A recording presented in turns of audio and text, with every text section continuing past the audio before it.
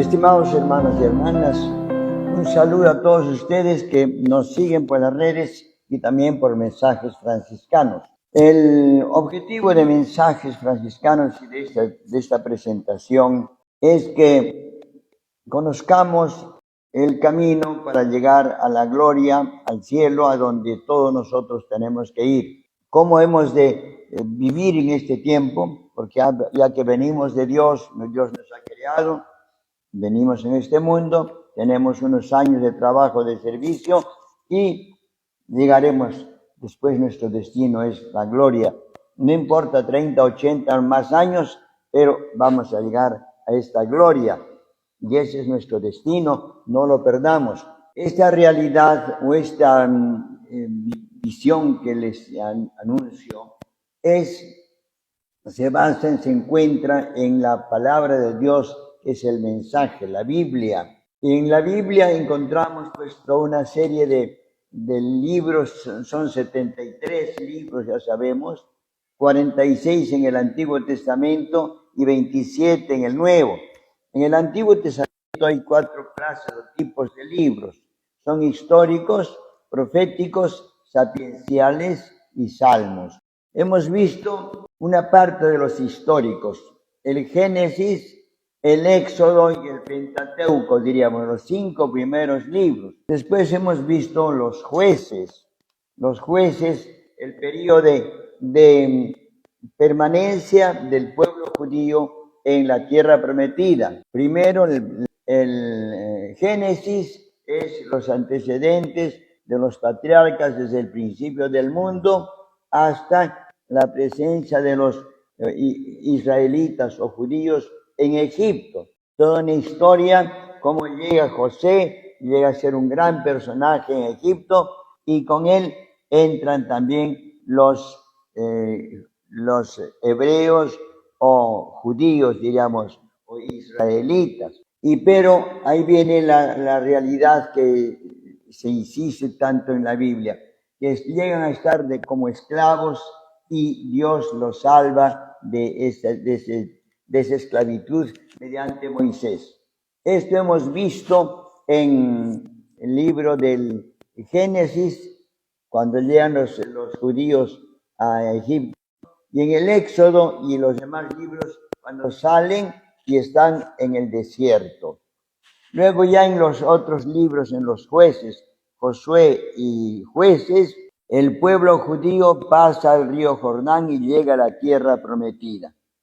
Esta situación nos simboliza que nosotros como cristianos estamos también en el pecado, en la esclavitud del mal, pero que Dios nos salva mediante el bautismo y entramos a la tierra prometida, a estar en gracia de Dios. Estamos, diríamos, en el desierto, pero estamos en camino a la tierra prometida. Y en la tierra prometida ya aparecen los jueces cuando el pueblo judío se desvía y Dios manda a los jueces para liberarlos. Ese es el panorama. Dios también a nosotros nos manda sacerdotes, obispos, el Papa, nuestros padres que nos orientan por el camino cada vez que nos desviamos. Continuando este panorama, tenemos los libros de Samuel, luego los primero y segundo de los Reyes y primero y segundo de Crónicas. Son los históricos. Hay otros más históricos, pero estos son los que vamos a ver ahora. El libro de Samuel es el último de los jueces, digamos. Los jueces, recordamos, son Gedeón, Jefté, Sansón, Elí y Samuel.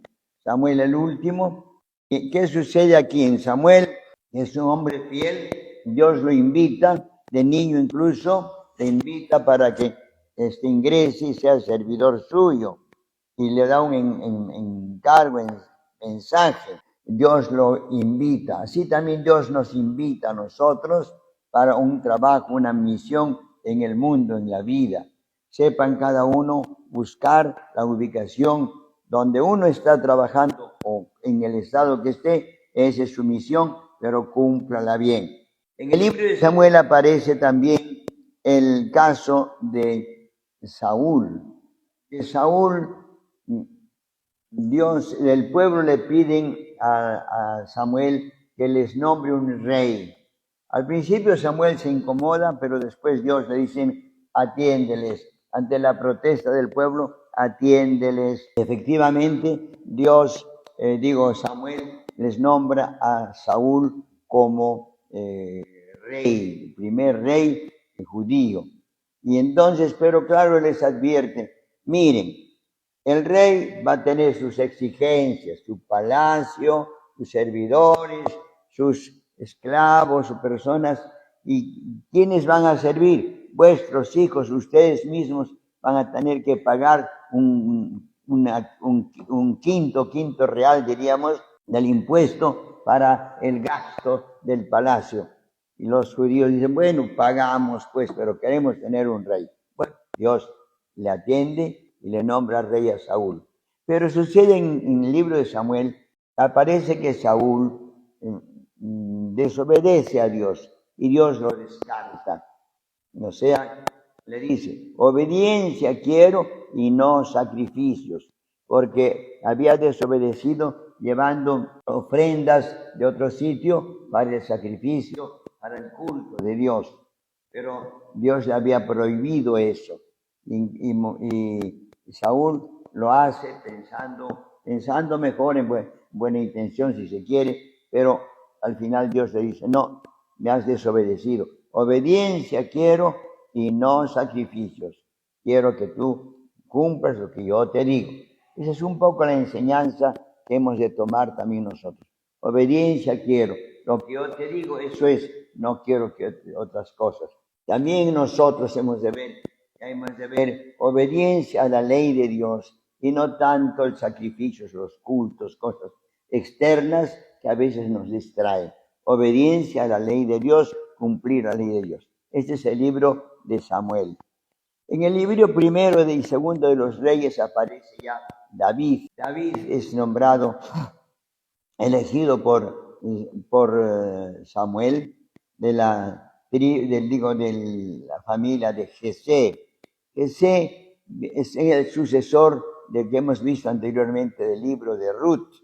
El libro de Ruth aparece cuando tiene descendencia, y ahí viene Jesé, y de Jesé viene ya a David. Dios lo elige mediante Samuel. Nos muestra aquí cuando eligen a David que Samuel fue a ver y tenía muchos hijos, varios hijos tenían Jesé, y él creía, este muchachón grande, muy bueno, ¿sí? Este será. Y Dios le dice, no, te estás fijando en las apariencias.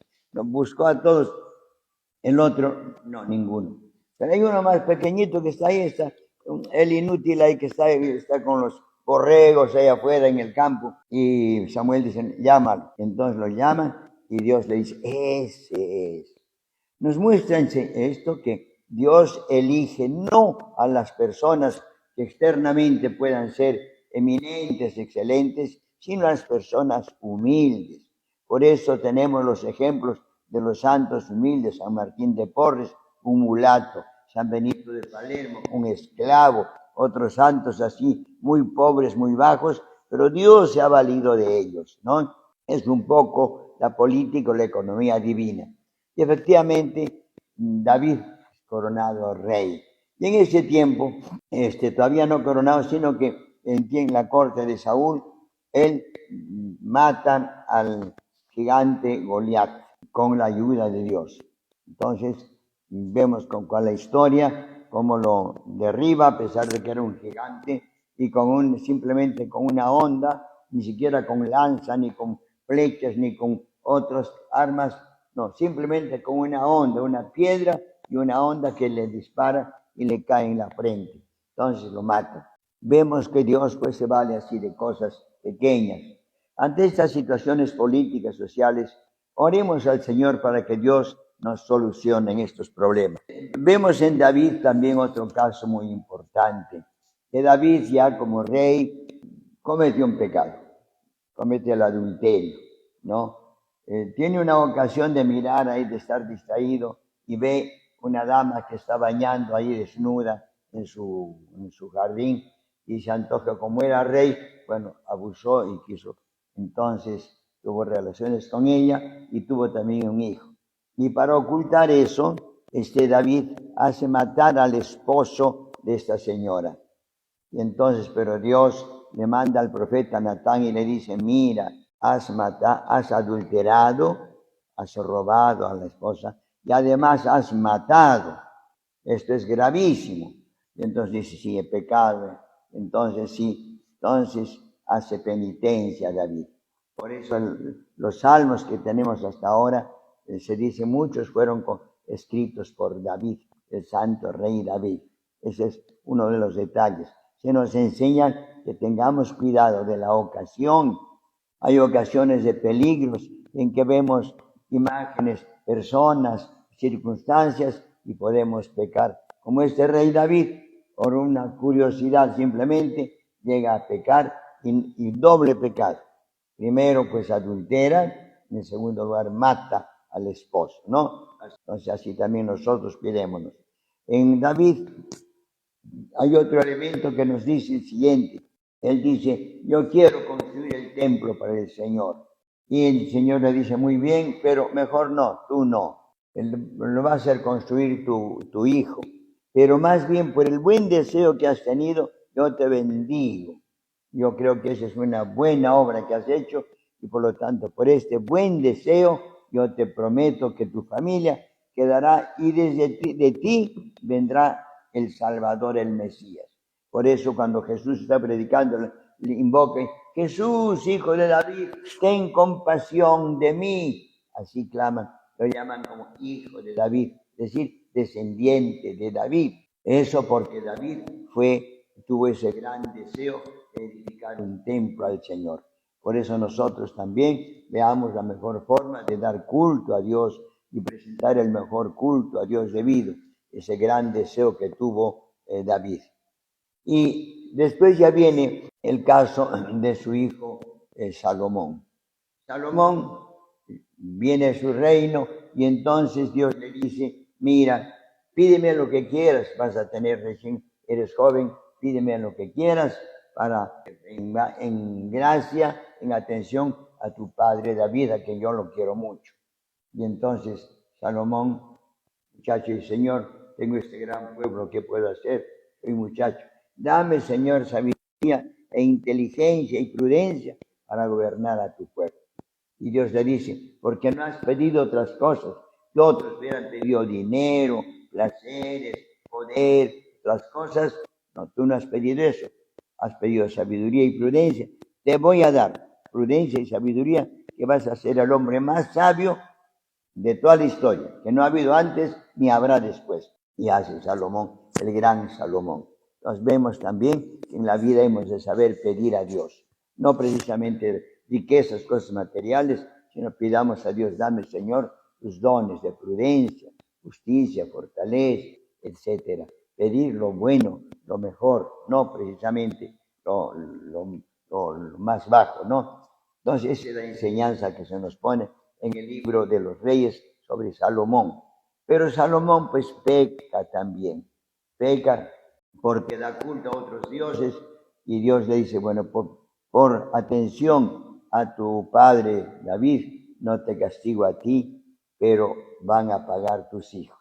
Va a haber división, en tu reino se va a dividir. Y bueno, o sea, también Dios nos advierte. Y a veces cuando nosotros pecamos, hay consecuencias.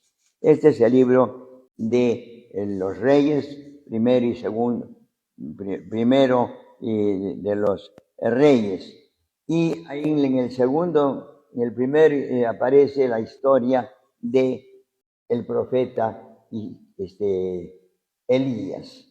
Elías es un profeta que no ha escrito, pero ha hecho grandes obras que se narran precisamente en este libro de los Reyes, el primero. Y el segundo libro ya es del profeta de Eliseo, que también tampoco ha escrito, pero fue un gran profeta que hizo mucho en Israel y predicó. La enseñanza que podemos tener para nosotros, en el fondo, es que Dios nos acompaña, Dios nos castiga, nos perdona cuando hemos hecho penitencia y nos envía también personas que nos llamen la atención.